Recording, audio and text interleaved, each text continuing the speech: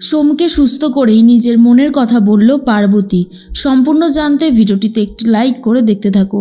গল্পের শুরুতেই দেখা যায় যে সোম এখনও টাইম মতো আসতে পারেনি ব্লাড নিয়ে, কারণ সোমকে রাস্তায় কিছু গুন্ডা আটকে দেয়।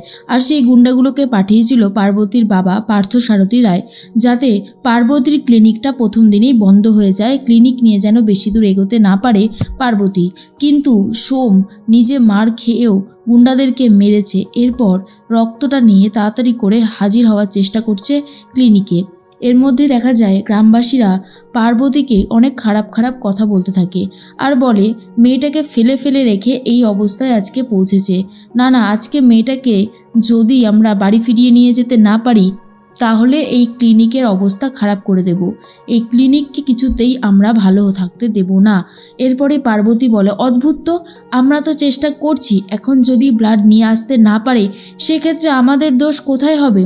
আমরা তো অনেক চেষ্টা করছি, আপনারা তো দাঁড়িয়ে রয়েছেন। কথা বলা অনেক সহজ, আর ময়দানে নেমে কাজটা করা না অনেকটাই কঠিন। কিন্তু পাড়া প্রতিবেশীরা বলতে থাকে, সেসব আমরা জানি না, এই মেয়েটাকে সুস্থ হতেই হবে, এই কথাটা ভালো করে জেনে রাখুন। এর মধ্যেই সোম ব্লাড নিয়ে হাজির হয়ে গেছে। সোমকে দেখে তো অবাক হয়ে গেছে পার্বতী, আর বলে, সোম তোমার এই অবস্থা কি করে হলো? আর তখনই পার্বতীকে সোম বলে, শোনো পারো, এখন এ সমস্ত কথা বলার সময় নেই, তুমি যেভাবেই পারো মেয়েটাকে আগে সুস্থ করে তোলো, তারপরে সমস্ত কথা বলা হবে।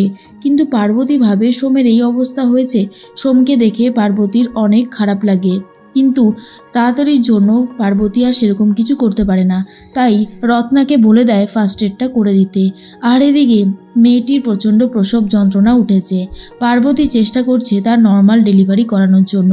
ঠিক সেই মুহূর্তে আরেকজন গুন্ডা এসে মেন লাইনের ইলেকট্রিক তার কেটে দেয়, আর যার জন্য পুরো ক্লিনিকটা অন্ধকার হয়ে গেছে। লোডশেডিং হয়ে যাওয়ায় পার্বতী কি করবে বুঝতে পারছে না। তখনই রত্না বলে, একটার পর একটা সমস্যা এসেই যাচ্ছে পার্বতী, এবার কি হবে? পার্বতী বলে, চিন্তা করো না, দেখছি কি করা যায়। এরপর আবারও মুশকিল আসান সোমকে ডেকেছে। সোম তখন বলে, পার্বতী না, মেয়েটাকে বাঁচাতেই হবে, লোডশেডিং যেন কোনো অবস্থাতেই না থাকে। এরপরেই সোম নিয়ে এসেছে একটা হেরিকেন। তখনই পার্বতী বলে, কি অবস্থা বলো তো সোম, হেরিকেন দিয়ে কি ডেলিভারি করানো সম্ভব? সোম তখন বলে, জানি সম্ভব নয়, কিন্তু কি করবে বলো, আর কি কোনো উপায় আছে? যেভাবেই হোক না কেন এখন অবস্থা খুবই খারাপ। এরপর পুরো গ্রামবাসী হেরিকেন নিয়ে চলে এসেছে, আর হেরিকেনের আলোয় শ্যামলীর ডেলিভারি করানোর চেষ্টা করছে পার্বতী। আর নর্মাল ডেলিভারি করাতে সক্ষম হয়, আর মেয়েটাও সুস্থ হয়ে যায়, আর সে কন্যা সন্তান প্রসব করে। শ্যামলীর হাজবেন্ড তো কন্যা সন্তানকে পেয়ে ভীষণই খুশি, আর সবাই খুব খুশি যে এইভাবে এত বিপদ থাকা সত্ত্বেও খুব সুন্দরভাবে শ্যামলীর প্রাণ বাঁচিয়েছে, এমনকি নতুন শিশুটাকে খুব সুন্দরভাবে শ্যামলী জন্ম দিয়েছে। আর এই পুরো ক্রেডিটটা সোম আর পার্বতীর কাছেই যায়। এর মধ্যেই পার্বতী চলে এসেছে সোমকে দেখতে, আর বলে, তোমার অবস্থা অনেক খারাপ হয়ে গেছে সোম, এত খারাপ কে করলো বলো, কি করে হয়েছে?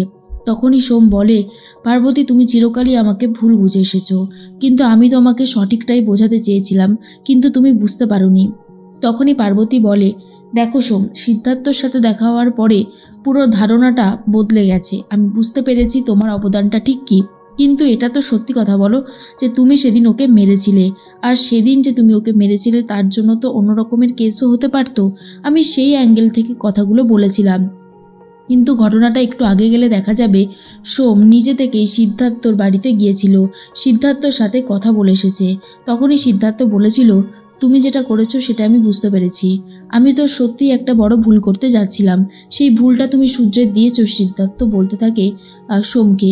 সোম তখন বলে, আমি ছোটবেলা থেকেই পার্বতীকে ভালোবাসি, পার্বতীর ভালো হোক, আমি সবসময় সেটাই চেয়েছি, তাই তোমার ওই খবরটা শুনে আমি আমার নিজের রাগ কন্ট্রোল করতে পারিনি, ভুল করে ফেলেছি। আমার তো বোন আছে, অনেকগুলোই বোন আমার, আমি তো সোনালীকে নিজের বোনের জায়গাটাই দিয়েছি, তাই আমার মনে হয়েছে যেটা আমি করেছি সেটা খুব খারাপ কিছুই করেছি। এরপরে সিদ্ধার্থ বলে, চিন্তা করো না, তোমাকে যে ভুল বুঝছে পার্বতী, এই ভুল বোঝাবুঝিটা আমি একদিন সরিয়ে দেব, যেভাবেই হোক না কেন। তাই সোম আগে থেকেই সিদ্ধার্থর ব্যাপারে সবটা জেনে গিয়েছিল, জানিয়েও দিয়েছিল সিদ্ধার্থকে যে সিদ্ধার্থর ব্যাপারটা নিয়ে পার্বতী সোমকে ভুল বুঝছে। তাই তো মন্দিরে সিদ্ধার্থ নিজে দেখা করে পার্বতীকে সবটা বলেছিল। আসলে পার্বতী ভাবছে যে হঠাৎ করেই হয়তো সিদ্ধার্থর সাথে মন্দিরে তার দেখা হয়ে গেছে, কিন্তু না, সিদ্ধার্থ আর সোনালি প্ল্যান করে পার্বতীর সামনে এসে পার্বতীকে সব কথা জানিয়ে দেয়, সোমের সাথে ভুল বোঝাবুঝি মেটানোর চেষ্টা করে। তখনই পার্বতী বলে, জানি না আমি সবটা ঠিক হবে কি না, তবে সত্যি কথা বলতে গেলে সোম, তুমি না থাকলে পুরো জগৎটাই কেমন যেন অন্ধকার লাগে। তুমি আছো বলেই হয়তো আজ সুন্দরভাবে শ্যামলীর ডেলিভারিটা করাতে পারলাম। তুমি না থাকলে হয়তো এটা সম্ভব হতো না। তাই তোমাকে সত্যি কথা বলতে গেলে যে শতকোটি প্রণাম, তুমি না থাকলে কিছুই সম্ভব হতো না।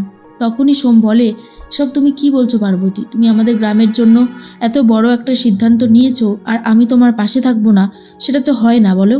আমি সবসময় তোমার পাশে আছি আর থাকবো। যে কোনো বিপদে তুমি আমাকে তোমার পাশে পাবে। আর এরপর গ্রামবাসীরা পার্বতীর এই সাকসেস দেখে খুবই খুশি হয় যে খুব সুন্দরভাবে চিকিৎসা করে দিয়েছে পার্বতী, আর শ্যামলীও বেঁচে গেছে, শ্যামলীর বাচ্চাটাও সুস্থ আছে। এই সব কিছু দেখে পার্বতীর জয় জয়কার করতে থাকে। আর অন্যদিকে পার্থসারথী তো আরও বেশি রেগে গেছে, কারণ যেই গুন্ডাগুলোকে পাঠিয়েছিল তারা তো কিছু করতেই পারেনি, উল্টো দিকে সোম সবটা করে ফেলেছে। আর এদিকে পার্বতীর ক্লিনিকও সেই লেভেলে চলছে। এইসব আর মেনে নিতে পারছে না পার্থসারথী।